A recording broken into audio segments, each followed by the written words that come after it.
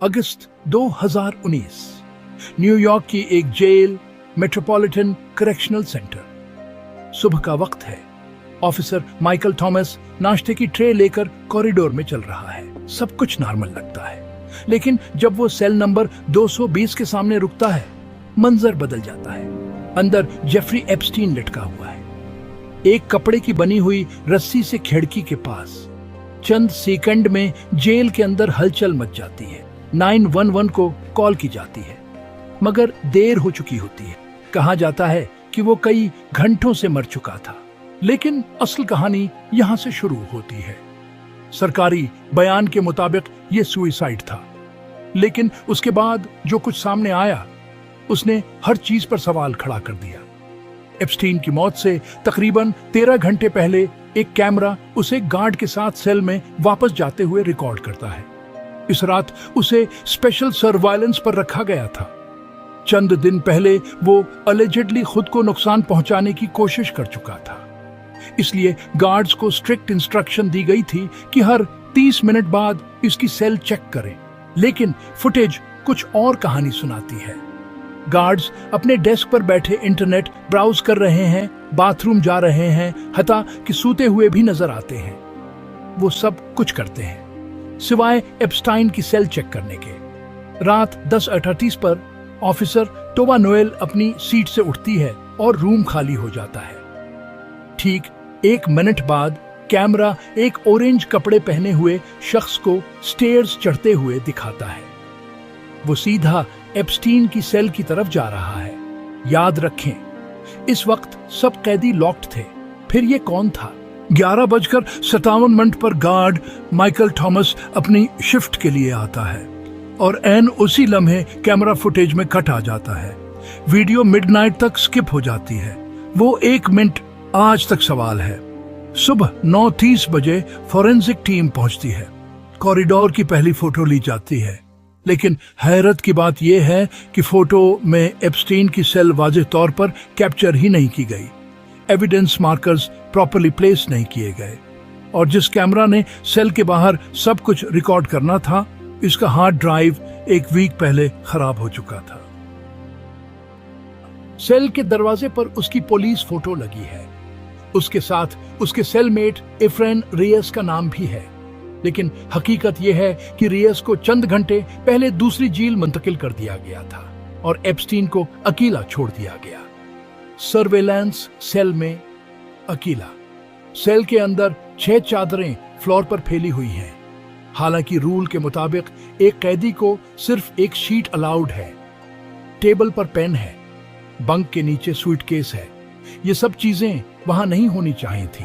Official statement के मुताबिक Epstein सिर्फ 2 सेंटीमीटर जमीन से ऊपर लटका हुआ था, लेकिन फोटोज देखकर लगता है कि यह फिजिकली पॉसिबल नहीं। वो 1.82 मीटर लंबा था। 2 मैट्रेसेस फ्लोर पर रखे थे। वो बैठा होता, लटक नहीं सकता था। टेबल पर एक हैंडरिटन नोट भी मिला।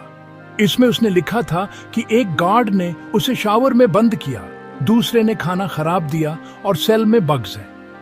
नोट के पीछे रेयस का नाम और जुआन फेलिक्स का फोन नंबर था।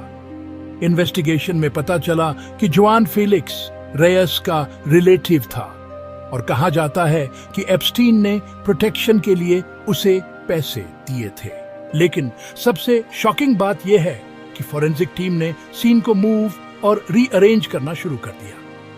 मैट्रेस अपनी जगह से हटा दिया गया, सॉक्स दूसरी जगह पहुंच गए, चीजों को किसी और रूम में जाकर फोटोग्राफ किया गया। मेटा डाटा के मुताबिक ये सब एफबीआई के आने से 6 घंटे पहले हुआ। यानी जब एफबीआई पहुंची, क्राइम सीन पहले ही अल्टर हो चुका था। उससे 18 दिन पहले भी एक इंसिडेंट हुआ था। एप्स्टाइन अपनी सेल में बेहोश मिला, नेक पर जख्म थे। इस वक्त उसका सेलमेट निकोलस टर्टग्लियोने था, जो पहले से सीरियस क्राइम्स में गिरफ्तार था।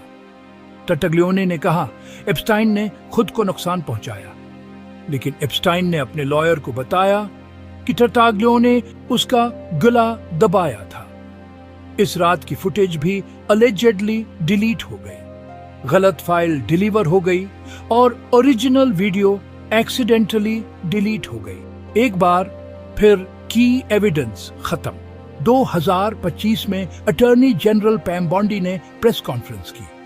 उसने कहा कि वीडियो में मिसिंग मिनट इसलिए है क्योंकि सिस्टम हर मिडनाइट रीस्टार्ट होता है और 60 सेकंड्स रिकॉर्ड नहीं करता।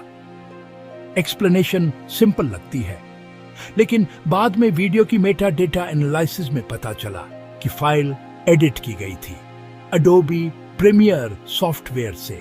हता कि एक जगह कर्सर भी नजर आता है जैसे स्क्रीन रिकॉर्डिंग हो।